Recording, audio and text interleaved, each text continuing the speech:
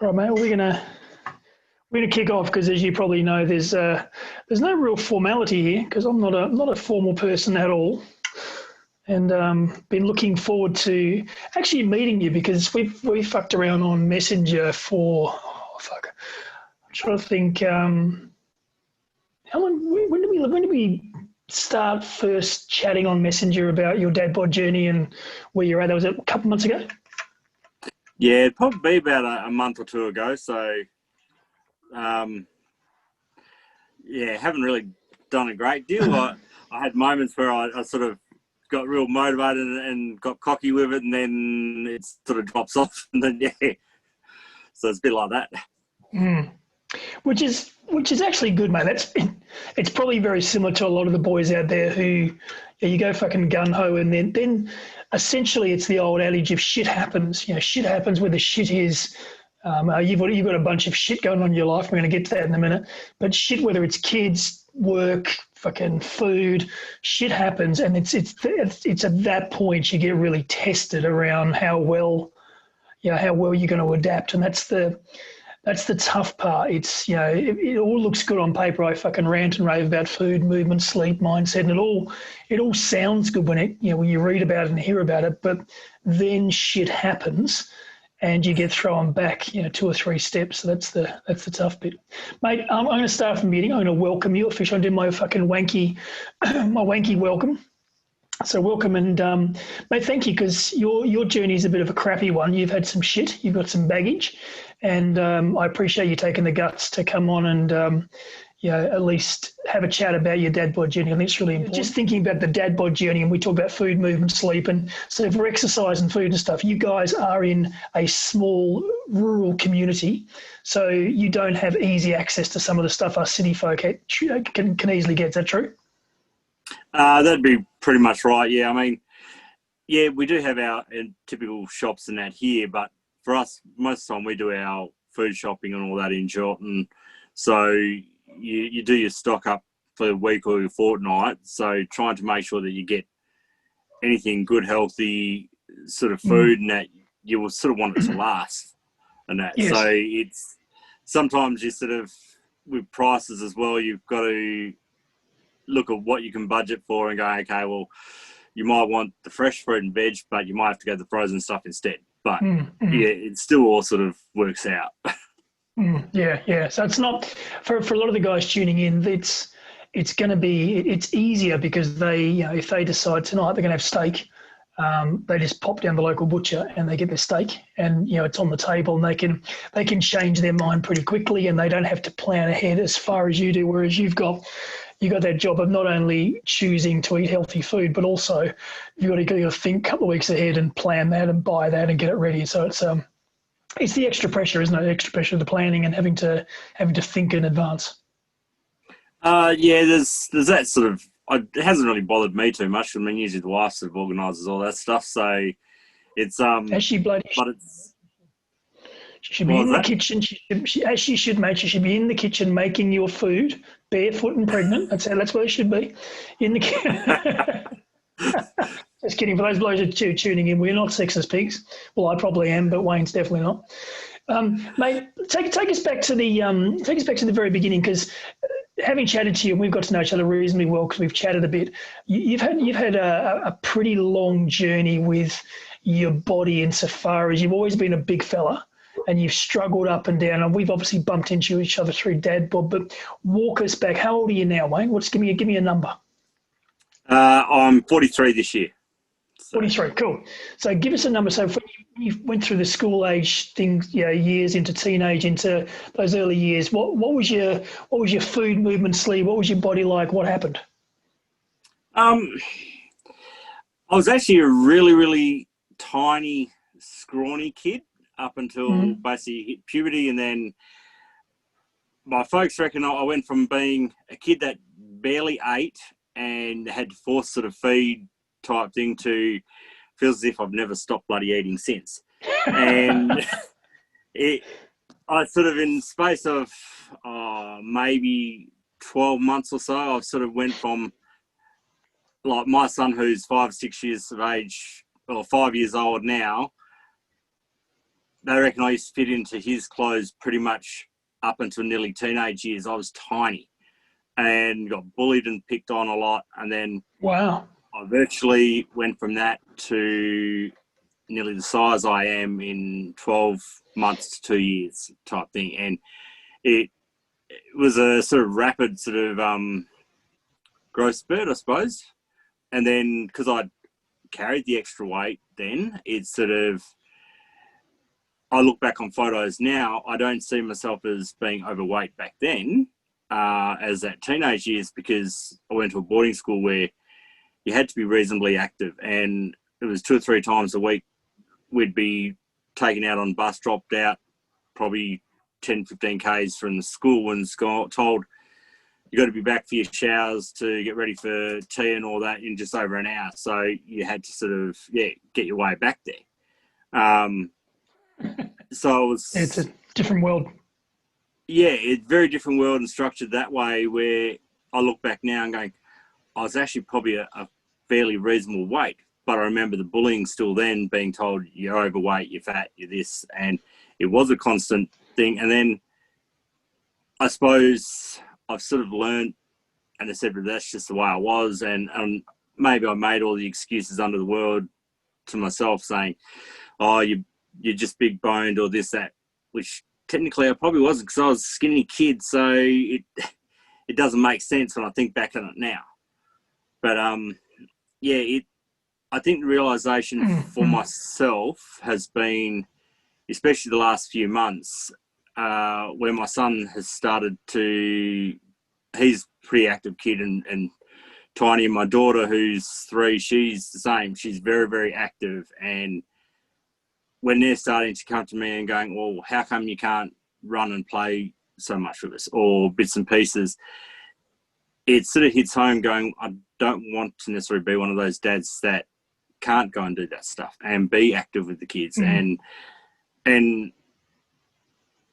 it sort of, it makes you realise that you're probably not quite the dad like all the other dads that are.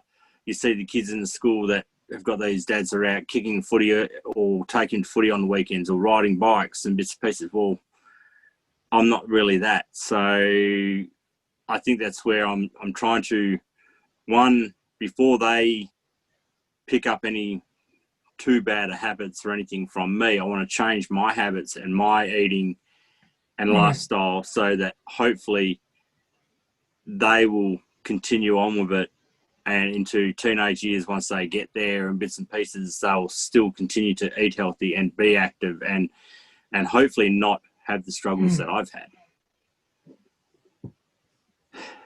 Yeah. So a lot of what you do is driven by wanting to have that relationship with your kids, wanting to, I guess, role model healthy eating and physical activity and do the right thing as a dad for your kids. Is that right? Part of it's, a big part's probably that. Part of it's also been, I've always been extremely self-conscious of my body and felt not comfortable. So there's part of me that if I can change that, and then that'd be great. But I mean, the biggest thing is also, my father died from cancer when he was 59. And I think because the closer I'm getting to that age now, the more I'm thinking, well, that whole mortality thing, if I don't change my lifestyle, if I don't change the way I've looked at food before and exercise and all that, am I going to end up the same way, and my kids aren't going to have me in another 17 odd years? Am I going to be gone? And they're going to grow up for the rest of their life without me. I think so. There's that sort of fear there, but it's also, I suppose, in the last 12 months, I've been a stay-home dad pretty much the last 18 months, and before that, I worked around on various different jobs and that, and my blood sugar levels were always fine. Since I've been not quite as active as a stay-home parent, I've found that now I've been diagnosed as type 2 diabetic. So that's also another indicator for me going, well, if I can change my lifestyle, if I can change the way I eat, hopefully I can, before it does too much damage or anything like that, I can hopefully get that under control and maybe reverse that and lose the diabetes side of it. And then, it just makes it a little bit better for down the track. So, mate, you were just saying you've just been recently diagnosed with type 2 diabetes. How long ago was that diagnosis? Probably coming up, probably nearly 12 months. And truth be told, I probably haven't really done much on it. Every now and then I'm on medication with it and bits and pieces like that, but I know I'm still doing all the wrong things. And ironically, when we've been away and I've been out with the kids hiking and walking everywhere and things like that, I found when I've checked my levels, it's come back to completely normal range. The moment I get home and feel under that sort of stress or pressure, my sugar levels are through the roof again. So I have no idea what's going on with it. So yeah. I'm sure we can figure that one out, mate. There's a couple of things we can look at there. So give us your day. So obviously you've had some tough times. You obviously grew pretty quick. You got fat quick. You got bullied as a teenager. Move us forward into your dad bod time. You became a dad. You've now kind of jumped on the group and you're going through the process of trying to motivate yourself and ditch the dad bod and get in shape. Where, if we looked at your food, your movement, your sleep, there's kind of 3 areas to look at, or your mindset. Where's the bits that you struggle with and where's the bits you feel you're really comfortable with? There's probably the three main sections I struggle with the most is definitely, first of all, would be sleep. I used to be a really good sleeper until I did shift work. And since then, I've struggled with my sleep. I mean, even now, I'll go through stages where I might have a week or so where I'll sleep really, really well. And then I'll have days where I'll only have maybe 2 hours or 3 hours sleep a night. And then I'll have days where I'll go 48 hours without sleep. And I just can't seem to get into a proper routine of getting that most of the time 7 or 8 hours sleep. It just doesn't seem to happen.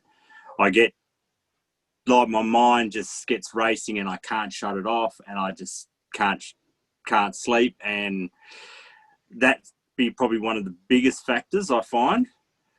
My food, I'm sort of still researching and doing bits and pieces and looking at that because I know, like, from reading online and through the dad bod, some of you do the keto diet, some do the carnivore type diet. So it's sort of trying to find what sort of works for me is what the biggest issue is at the moment. And because I don't want to make it harder at home for the rest of the family, is trying to work out some kind of food or diet that we're cooking pretty much the same meal type thing, or we're just having to change just small things that will then work for the whole family, is where sort of the research I'm trying to look at. And then the biggest one would be, trying to sort of keep motivated. It's I'll have days where like when I did the challenge, I think it was beginning of this month,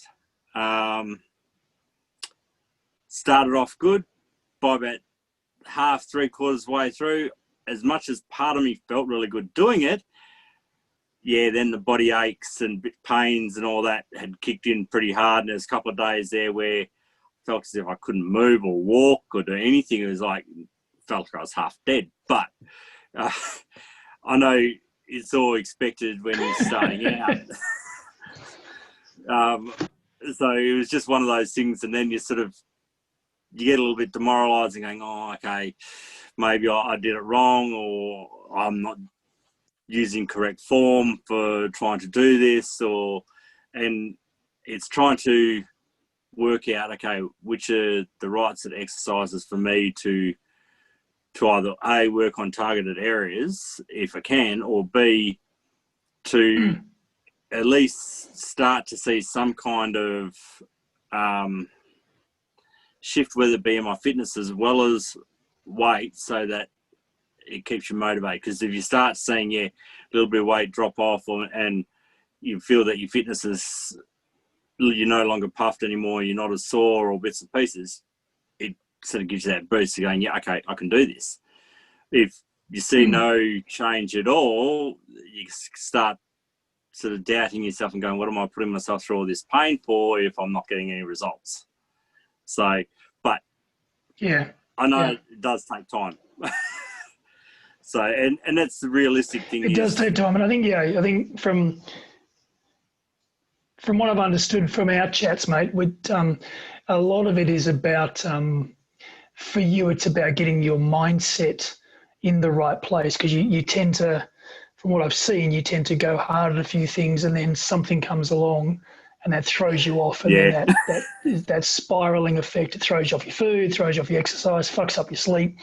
And then you go back to square one, you give yourself a good fucking beating. You tell yourself you feel like shit.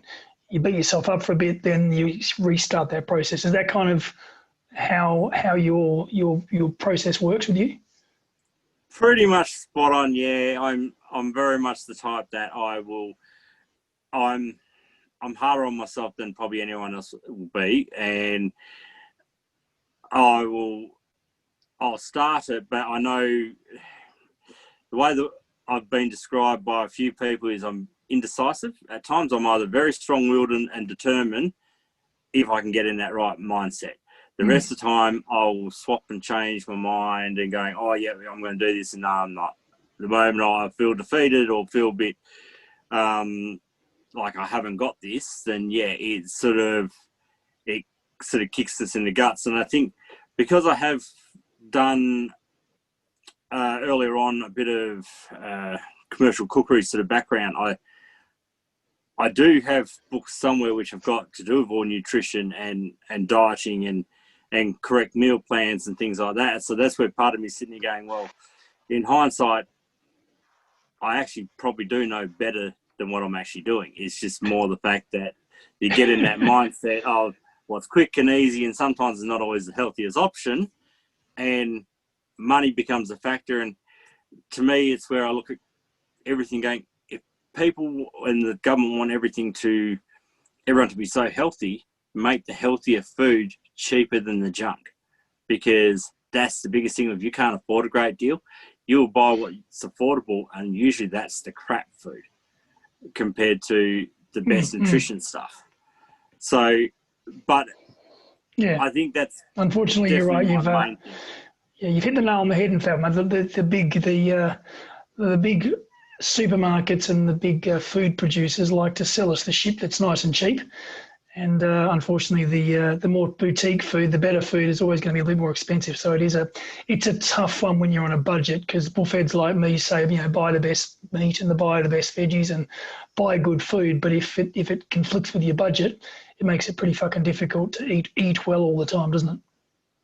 Oh, it does that, but not just the food wise. Because we tried once before with different diets, the wife and I. And a lot of that we tried a major one because, our son's 5 years of age now, but we had tried for about 7 or 8 years trying to conceive him and had quite a few issues and bits and pieces. And we'd gone on, I think we tried the Michelle Bridges diet, which is great. Lost a bit of weight, it worked and all that. Problem was our food bill sort of doubled or tripled per fortnight or month to eat healthy compared to what it was before. And it's just, you sit there and you're going, it's not really sustainable unless you're on a really high income or a better income than what we were to try and maintain that. You sit there and going, okay, well, you can't afford that, so you might have to skimp or save here. Or I've found myself, I'll look at diets or different recipes and going, okay, how can I substitute this into a cheaper version of the same thing? And that's just probably a bit of a letdown sometimes, because you won't end up with that nutritional value that you'll get probably otherwise. Yes. But I think that's the other hard part is, from things I've read, you always hear about people taking different protein powders or different bits and pieces, and that's I've never really looked into a lot of that stuff or known how any of that works or what's the best exercises or what's the best training to do to get the best results. And I suppose, even though I don't consider myself as old, my kids probably do, but I sit there and look at it going, I know I am, well, being over 40 now, yes, your body does change more. You're going to have more health issues. You're going to have more things you need to check up on compared to a 19 or 20-year-old. So, yeah, it's part of me in some ways wishes I'd probably started this journey back then when I was 18 to trying to do it now. Yeah. And it's fascinating, mate. There is a lot of information out there, and it is tough when you're coming at it when you're over 40, and you're coming at it when you're in a tough place. It's you got to line up both your lifestyle, your finances, your family. All those things to be lined up to make it effective is not easy. And so, part of the reason we're having this chat, and part of the reason we're doing Meet the Members, because a lot of the members in Dad Bod, come from a background where it's not easy just to stay in shape. There is a bunch of competing priorities that they have, whether it's family, kids, finances, career, location, all the stuff that you've touched on. It's nice to hear that not everyone just goes out there and gets the perfect food, starts their exercise program, fixes their sleep up, sorts their fucking headspace out, and they get results. There's real stories like yourself out there where, even though with the best intentions, and the will and the motivators of the kids and the wife and all the things you want to do this for, it's still a struggle every day for you to get all those pillars lined up and get the results you want. And I think that's an important message for a lot of guys to take faith in, take stock in, that it is a long game. It doesn't happen overnight, which is what you've said. But if you're persistent at it, if you get it, if you get the formula right, the results will come. But it takes a fair bit of time to get those 4 pillars lined up. Yeah. Yeah, I think for myself as well, one of the things that did sort of attract us to like the Dad Bod group, and that was when I looked a bit more into it, and you start to read some of the other guys' stories and bits pieces, you realise that you're not the only one that's going through these same issues. At times you feel alone, and like you're the only one that's probably having those thoughts or doubts or issues going on, or how do I try and do this?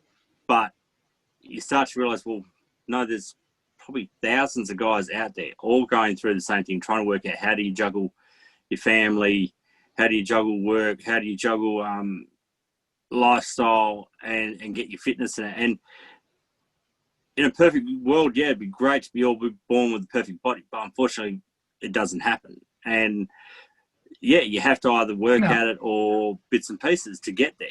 And I sit there and, in theory, it'd be great to have it. And I think that's probably the other aspect of why I wanted to also do this. 4.5 years ago, we were involved in a car accident. And from that car accident, I ended up with depression and PTSD, because technically that day I was meant to be the one driving, but I wasn't feeling 100%. So the wife drove, and it was a head-on accident. And the wife ended up with all the injuries and spent 7 or 8 weeks in hospital, and had to learn to walk again and bits and pieces like that, where our son was a 10-month-old. I went from working full-time to becoming the full-time carer for our son and trying to help her through her rehab. And it took its toll on me that at my worst, about 6 months or so in, that, yeah, I was ready to take my own life a couple of times, and the wife stopped us. And through that, and then looking at the kids and bits and pieces since, and especially the last 6 to 8 months, I've done a lot more I suppose, soul searching and work on my mindset. I am changing because I was just seeing everything so negative, where now I've realised I can't blame the world for everything else. I can't blame anybody else but me. It's basically at the end of the day, if I want things to change, I'm the one that has to change it. I'm the one that has to make those decisions and go, right, this is going to be the hardest challenge to do it. But if I'm to succeed, I have to. It's not sitting there going, oh, I'm going to half-ass do this and then blame somebody else and go, oh, no, it didn't work because of so-and-so. No, it didn't work because either I, A, didn't have my heart in it, or B, I was just being too straight out lazy to put the effort in. And that's, I think, one of the biggest things is sitting there going, especially with this group, I found there is a lot of support when I have posted anything from the other guys that they do encourage you to have a go at it, to try and make that change and keep going, which is, especially on those days where I found it struggled, I can go back and reread that or recheck in on what other guys have posted or bits and pieces, which helps to try and keep you motivated to keep pressing on, to keep trying to make that change. So it's been good, but it's still a struggle and a challenge, and it's not going to be easy. I know in the last day or two, the wife sort of put us up for a challenge at the moment, which I'm not sure whether to take or not, of to do with mental health and depression. I think for next month, is to raise money and to walk 60 odd Ks or something for the month. So I'm arguing about whether to take that on, but yeah. I think so. A couple of things, mate. I'm just going to jump in, and there's a couple of things that just resonate with me. First of all, you're fucking lucky to be here. You know, to have the sort of car accident you had, and to come out of it, and even though it was a shit situation, you were badly injured, your family was badly injured. You know, it's the other way to look at it is it could have all ended that day. For some reason it didn't, and you guys all made it through, and it's a shit fight, and that's been a huge test, but it's also been a great sort of something that you've been able to beat, you know, to lose your job, to lose the power to walk, to have your wife and your child injured, to care them through that, and to actually get through that part of your journey has been a huge test of you. So what you're going through now is never going to be as challenging as the shit you've already done. You've done the hard bit. It's fucked you up a bit. You've got some demons in your head, and you've got some demons in your body that need to be got rid of. But you've gone through the hardest part, and it's applying that same sense of purpose and the same resilience that I'm sure you had in the middle of the shit fight when you were struggling, your wife was struggling, your little one was not well. When you were going through that, there was no thought of giving up because you had people relying on you. You put your head down, bum up. Yeah, I mean, when she was in hospital like that, I think that was one of the things the doctors were sort of laughed about, because when she was doing the rehab, I was there every day. Basically, they showed us what exercise she needs to do. We had her in a hydro pool. They didn't really have to push her too much because she was pushing herself, but when she wasn't, I was the one being the taskmaster, pushing her, saying, right, this is what we've got to get done. We've got to do this, push, so that she had this goal that, because our son was 10 months at the time, her goal was to be out walking and home by his first birthday, which every goal that they set for us and said, oh, well, you can't do this unless you can do that, she met that and achieved it and pushed past it, because it was like, yep, not a problem. Whatever you reckon that I can't do, I will do it. And I think she sort of inspires me more than anything, because I look at that from her and going, I have no idea where she got that strength and that will and to fight. because she reckons she got it from me, but I don't see it that way. I look at her and going, women, they put up with way more shit than us men, and they seem to handle it so much better than us guys, as much as most guys would probably deny it, but they seem to, they take it in their stride. And she sort of amazes me every day of the way she deals with it. And her mental health side of things was completely fine, where in that accident, all I ended up with was basically cut above the eye and some internal bruising. But because I'm a volunteer fire and rescue guy, I've been doing that for a while, I knew how close she came to losing her life that day, because there was no front of the car virtually left. There was no floor, driver's side floor, that was all gone. When other people were there, they were laughing because I didn't go into shock until later on, because I was too busy barking orders at everybody, telling them what to do and not to move her and making sure that she was right and our son was right. That, as she said, she was, between the two of us, her being a nurse and myself, we both looked and gone, well, we'd already reassessed that. We knew that she'd fractured her hip. We knew that she'd fractured her sternum. She had broken her leg, broken wrist, bits and pieces. So we knew that she was in sort of not a great way, but we sort of, it was that mindset that she had to be able to push through everything. And as she said, her main goal was, because of our son, it was to look at him and keep saying, well, yep, I didn't go through all this to give up and to not be there for his birthday and not do any of that. And then we went back and saw the doctor after our daughter was born, and he was surprised that she's walking fine. There's no limps. There's no nothing. It's only when she's really tired that I notice she limps a bit. But other than that, she's active in being able to work and everything else. And they're going, and the fact that we were told after our son and after that car accident, you definitely wouldn't have any more kids. And we ended up with our daughter after that. So we sat there and went, well, okay, it goes to show you that nothing's 100% set in stone. You can achieve anything you want if you've got the mindset to do it. It's just having that guts and will to try, and that never give up attitude to be able to get there. So, and I guess my point, is, it's a pretty tough story, and and thank you for sharing it. You went through that. You were there for your wife. You were there for your baby. You were there for your family.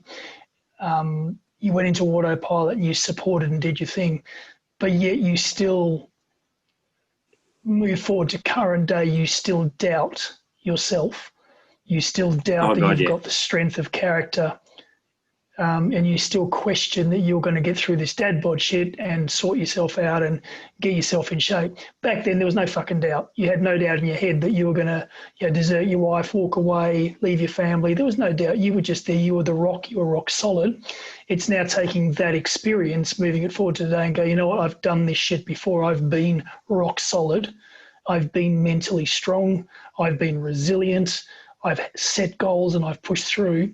It's applying that same learning, that same ability not to be moved, not to be distracted, not to be dissuaded by getting the goals you want, and applying that now.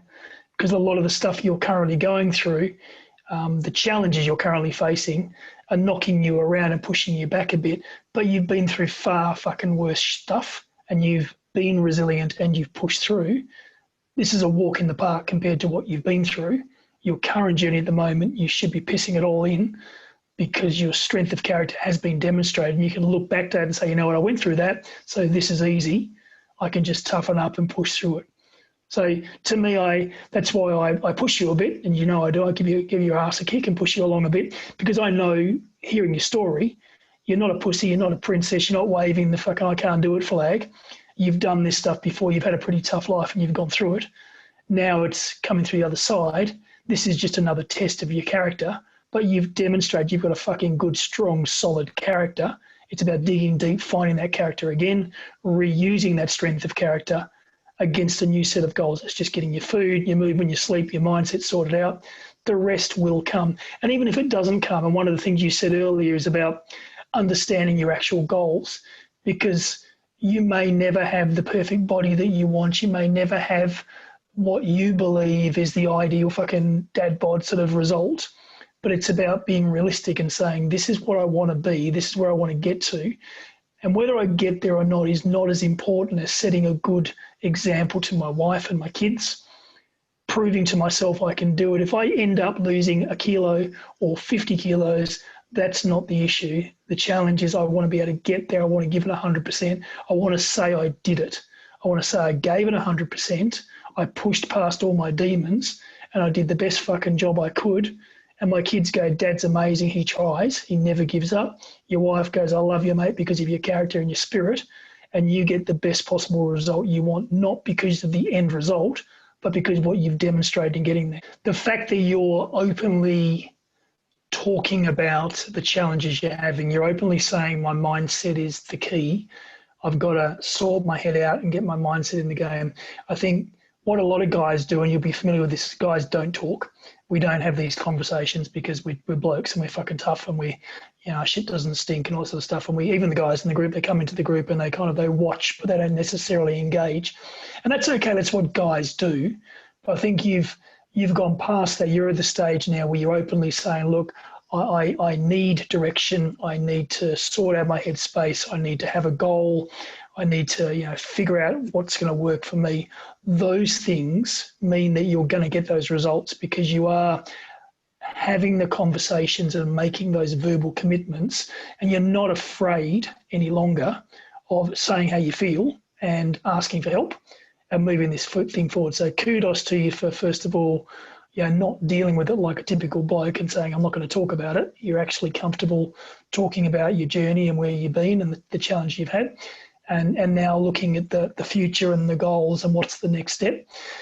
So for you, if I said to you, there's other guys out there just like you who are struggling and they're thinking about getting the dad bod group and going on the journey, what are some, if I said, Wayne, give me your top couple of tips or hacks from your perspective, if I put you in the coach's seat and said, give me a couple of tips, what would your takeaways be as we wind this podcast up?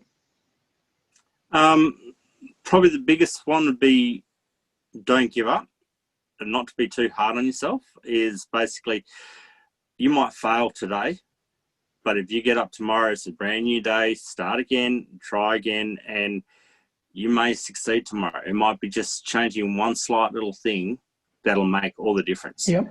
It's basically, it's very easy to sit there on the sideline and go, I want that, but I'm not going to put the effort in to try and get there, and to give up on it because it's too hard, and to make all the excuses in the sun. I've done that. I've been there, done that for most of my life, made the excuses of it's too hard, it's too this, or I fear this or fear that. I think I'm at the mindset right at this point in my life that I'm going, to hell with that shit. I basically, if I'm going to do it, I have to do it now, and I have to not just sit there and go, no, I can't, or let fear. As I said, you can't conquer fear, but you can harness that fear and push yourself to get that drive and that to be able to do it. If you don't, if you don't try, you'll never know what you can achieve. And at the same time, you'll never know what you've lost because you haven't done it. And mindset, I think, is definitely probably the biggest, because I suppose the one on the dad bod the other day, which I liked the most, which I keep going back to, was one saying there, doing 5 reps of stop putting crap in your mouth. Basically, that's exactly it. It's if you stop putting that crap in your mouth, and if you stop turning around and sitting on the couch or whatnot and going, oh, well, tomorrow. It's the procrastination of not doing it that is never going to change your life. If you decide, to hell with this, I'm going to do this, I'm going to change it, I'm going to make that difference, you can do it. You can be and do whatever you want if you've got the strong enough conviction to get there. I think that's the key, mate. There's some great takeaways. I think then the important thing is a couple of things what you've said is not to be hard on yourself. A lot of guys do beat themselves. I kind of think that's my job to beat people up because I'm the arsehole in the group who yells at people. But I think a lot of guys are a bit harsh on themselves. They don't cut themselves some slack, and a lot of the time they really need to step back and say, look, it didn't take 6 months for me to get into the shape I'm in. It took 6 years, 10 years. It's going to take a chunk of time for me to get back to where I need to be and where I want to be. So cut yourself some slack. Understand you have got lives to live. You've got jobs and careers and kids and family. It's not just 100% dad bod, and that's all you need to do. There's a whole bunch of other considerations, as you've talked about, come into it. So you do need to cut yourself some slack. So if your conversation or my conversation, mate, has inspired anybody's night, then we've done our job here, mate. We can go to bed tonight and sleep peacefully because we've motivated some bastard out there who's got slack and lazy. We've given them a kick up the arse with some of your words of wisdom and some of the tips from your history. So, mate, thank you for spending your Monday night with me and having a chat. Fingers crossed the audio's worked. If not, we'll be back here again next Monday doing the fucking same thing again. So either way. So that's all good. If this audio works, Wayne, I'm going to officially say goodbye. Thank you for joining us. If the audio didn't work, then we're going to be back again doing it next week, mate. But before we have a chat, buddy, and sign off, thank you so much for your time. I really appreciate your openness and your honesty. And thanks for joining us on the podcast. Yeah, not a problem. Thank you for having us.